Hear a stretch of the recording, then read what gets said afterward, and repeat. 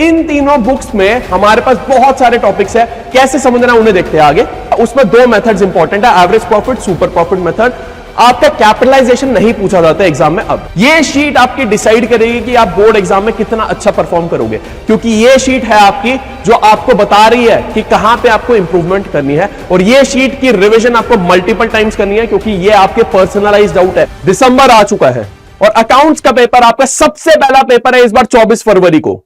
तो यहां पे बहुत सारे बच्चों के मन में सवाल होगा कि क्या सर अब कुछ हो सकता है, क्या एकेडमिक कमबैक हमारा कभी हो सकता है? तो आपके इन सारे सवालों का जवाब है यस। आखिरी के 60 दिन में पढ़कर भी आप अपना एकेडमिक कमबैक कर सकते हो, और एकेडमिक कमबैक ऐसा कि 90 प्लस ला सकते हो अकाउंट्स में। तो आपको जितने भी अभी तक ताने पड़ते थे पीटीएम में या फिर आपके टीचर्स से या फिर आपके पेरेंट्स से, उन सब का जवाब होगा आपके एकेडमिक कमबैक में। आखिरी के 60 दिन आपको अपनी पढ़ाई को देने होंगे, और ऐसी वैसी नहीं, आपको हर चीज को प्रायोरिटी जो अभी तक देते थे उसे बंद करना होगा। आपको पढ़ाई को अपनी प्रायोरिटी सबसे ज्यादा देनी होगी। और आज मैं इस वीडियो में आपको बताने वाला हूं कि आप अपना कमबैक कैसे कर सकते हैं, और ऐसा वैसा कमबैक नहीं होगा, यह आपका बाप ऑफ ऑल कमबैक्स होगा। चलिए देखते हैं, शुरू करते हैं। हमारे पास है अकाउंट्स के सिलेबस में 3 बुक्स आपकी, accounting for partnership, accounting for companies and analysis of financial statements. तो इन तीनों बुक्स में हमारे पास बहुत सारे टॉपिक्स है, कैसे समझना उन्हें देखते हैं आगे।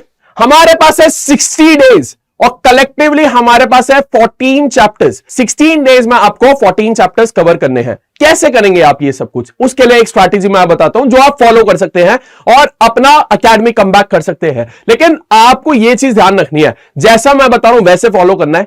आप ये ना सोचे कि इंप्रोवाइजेशन के चक्कर में पता चले कि आखिरी के 1 महीने में सब कुछ कवर कर रहे हो, वो पॉसिबल नहीं होगा। या आखिरी के जो 60 दिन है आपके पास, उसमें आप अपना एकेडमिक कमबैक इतना पावरफुल कर सकते हो कि बाकी सारी चीजें आपकी ओवरलुक हो जाएंगी अभी तक जो आपने किया। तो हमारे पास है fastest way to cover full syllabus. बच्चों, सबसे पहली बात है, इसमें आपको अपना पास होने का जुगाड़ निकालना होगा। अगर आप पास हो गए उसके बाद तो आपको इंप्रोवाइजेशन करना है। तो पास होने के लिए आपको चाहिए 27 मार्क्स। आपको पहले 27 मार्क्स का सिलेबस अपनी मुट्ठी में करना होगा, बिल्कुल कवर करना होगा, ऐसे कि आप उसमें से कोई क्वेश्चन गलत करके ना हो। मैं आपको यहां पे बताने वाला हूं आपका पास होने का जुगाड़ सबसे पहले, और मैं सिर्फ 27 मार्क्स को एम नहीं करूंगा, मैं 40 मार्क्स को एम करूंगा, क्योंकि हम हायर एंड पे रहेंगे। तो देखिए जी, आपको क्या करना होगा यहां पर।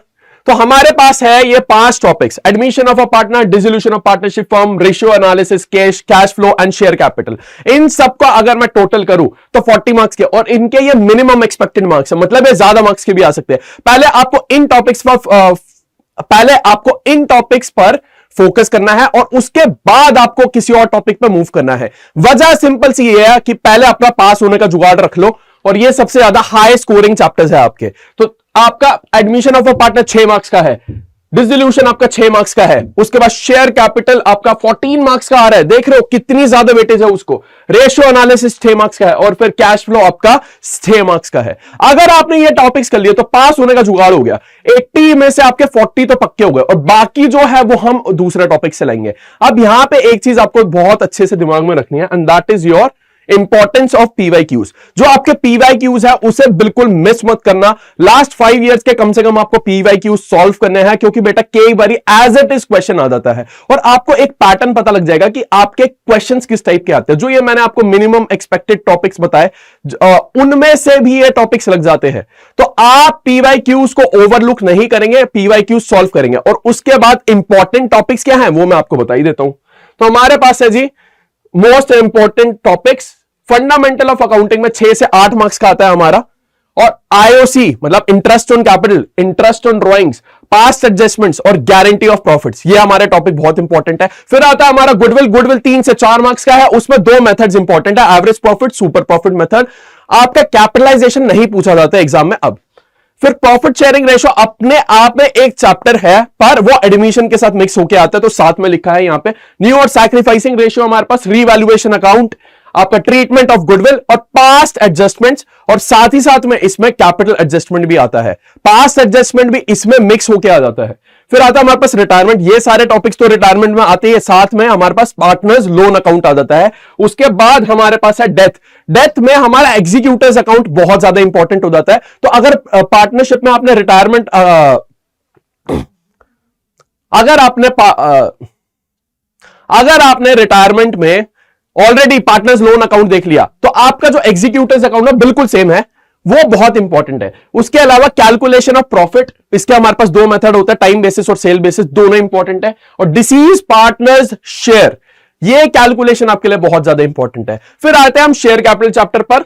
शेयर कैपिटल चैप्टर में 14 to 16 मार्क्स का आता है। अदर देन कैश इशू बहुत ज्यादा इंपॉर्टेंट हो जाता है। फिर आता है फॉरफीचर, फिर आता है हमारे पास कैलकुलेशन ऑफ कैपिटल रिजर्व, इसमें हमारे पास 3 क्वेश्चन आ जाते हैं 6 मार्क्स में, 2-2 मार्क्स के एक। और फिर balance sheet and full question. Full question में क्या होगा, आप शेयर इशू कर रहे हो, फिर अलॉटमेंट हो रहा है, फिर फर्स्ट एंड सेकंड कॉल आपका मेक हो रहा है। शेयर कैपिटल करने के बाद आपको आना है डिसोल्यूशन पे। 6 से 8 मार्क्स का रियलाइजेशन अकाउंट और जर्नल है, बहुत इजीली आपका कवर हो सकता है। उसके बाद आता है हमारे पास डिबेंचर्स। डिबेंचर्स में इंटरेस्ट ऑन डिबेंचर्स की calculation, issue of other than cash का इंपॉर्टेंस है, और उसके बाद टर्म्स ऑफ रिडेम्पशन हमारे पास बहुत ज्यादा इंपॉर्टेंट है। फिर आते हैं हम आपकी थर्ड बुक पे, that is your analysis of financial statement. उसमें आपके पास जो financial statements of a company है, उसमें बैलेंस शीट की हेडिंग्स और सब हेडिंग्स, और कौन सी चीज कौन सी हेडिंग में जाएगी वो इंपॉर्टेंट है आपके लिए। फिर कंपैरेटिव इनकम स्टेटमेंट में फॉर्मेट और परसेंटेज टाइप क्वेश्चंस बहुत ज्यादा इंपॉर्टेंट है आपके पास। फिर रेशियो एनालिसिस में देखिए जी, आपको लिक्विडिटी तो इंपॉर्टेंट है एमसीक्यू के पॉइंट ऑफ व्यू से, सॉल्वेंसी और प्रॉफिटेबिलिटी रेशियो जो है वो आपकी आ जाती है सब्जेक्टिव क्वेश्चन में। 3 से 6 मार्क्स के क्वेश्चन उससे आते हैं।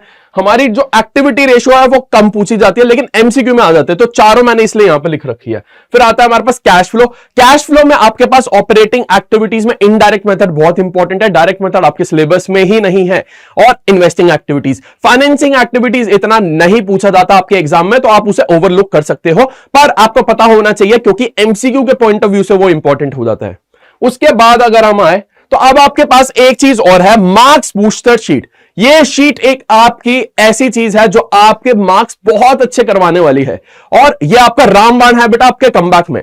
तो आपको इसे क्या करना है, इसमें आपको एक शीट पेपर लेना है और उस पर अपने लिखना शुरू करना है। क्या लिखना है इस पे आप देखिए। तो बच्चों देखिए, आपको मार्क्स बूस्टर शीट में करना क्या है, मैंने बोला जैसे आपका टॉपिक है चैप्टर 1, यहां पे आपको अपने सारे डाउट्स लिखने हैं चैप्टर 1 से related. It could be past adjustment. Past adjustment में अगर आपको डाउट है तो यहां पे आपने लिख लिया। साथ ही साथ में आपको उसका, लेट से आपने किसी क्वेश्चन को सॉल्व करा तो उसके क्वेश्चन नंबर भी लिख लिया। क्वेश्चन नंबर 22 में, क्वेश्चन नंबर 23 में आपको डाउट है, ठीक है। और साथ ही साथ में इसमें और क्या करेंगे आप, इसमें अगर जैसे क्वेश्चन नंबर 22 में आपको एक स्पेसिफिक लाइन में डाउट है तो वो लाइन यहां पे लिख लो। ये शीट आपकी डिसाइड करेगी कि आप बोर्ड एग्जाम में कितना अच्छा परफॉर्म करोगे, क्योंकि ये शीट है आपकी जो आपको बता रही है कि कहां पे आपको इंप्रूवमेंट करनी है, और ये शीट की रिवीजन आपको मल्टीपल टाइम्स करनी है, क्योंकि ये आपके पर्सनलाइज्ड डाउट है। हर बच्चे की ये शीट अलग होगी। आप किसी की कॉपी नहीं कर सकते, किसी का किसी और टॉपिक में डाउट हो सकता है, आपका किसी और टॉपिक में, तो ये आप ऐसे कर सकते हैं। मार्क्स बूस्टर शीट है। उसके बाद आते हैं जी हमारे पास, देखो अब आपकी हेल्प करने के लिए हमने क्या बनाई हुई है, बहुत सारी फ्री सीरीज है। आप YouTube पे कॉमर्स अड्डा चैनल पे जाएंगे, आपको बहुत कुछ मिल जाएगा। हमारे पास चैप्टर वाइज वन शॉट्स भी अवेलेबल है, टॉप एमसीक्यूज अवेलेबल है, ऑल पीवाईक्यूज है हमारे पास, और इंपॉर्टेंट क्वेश्चंस की भी एक सीरीज बनाई हुई है। और एक चीज हमेशा याद रखना, हम आपकी हेल्प करने के लिए तैयार है। हमने ये कंटेंट जो बनाई है आपकी हेल्प करने के लिए बनाया, तो इसका मैक्सिमम फायदा उठाओ। लेकिन बहुत सारे बच्चे यहां पे ऐसे होंगे कि सर हमें कोई चाहिए जो हमारे सिर पे बैठा रहे और हमें डेडिकेटेडली बताए कि क्या करना है, एक आपको गाइडेंस की जरूरत लगती है, तो आप हमारा विजेता बैच ज्वाइन कर सकते हैं। हमारा 8 दिसंबर से विजेता बैच शुरू हो रहा है, आप वहां पे शुरू कर सकते हैं। और इसमें क्या होगा, आपको फुल डेडिकेशन के साथ हम आएंगे और आपको पढ़ाएंगे। सारे सब्जेक्ट्स के सारे टीचर्स आपकी हेल्प करने के लिए रेडी अवेलेबल रहेंगे और आपकी प्रिपरेशन बेस्ट तरीके से कराएंगे। तो इस तरह से आप अपना एकेडमिक कमबैक कर सकते हो। आई होप आपको क्लैरिटी आई होगी। अगर आपको कोई भी डाउट आता है तो आप कॉमेंट सेक्शन में हमें बता सकते हो कि सर ये डाउट है हमें। ठीक है जी, thank you so much, all the best, जय हिंद।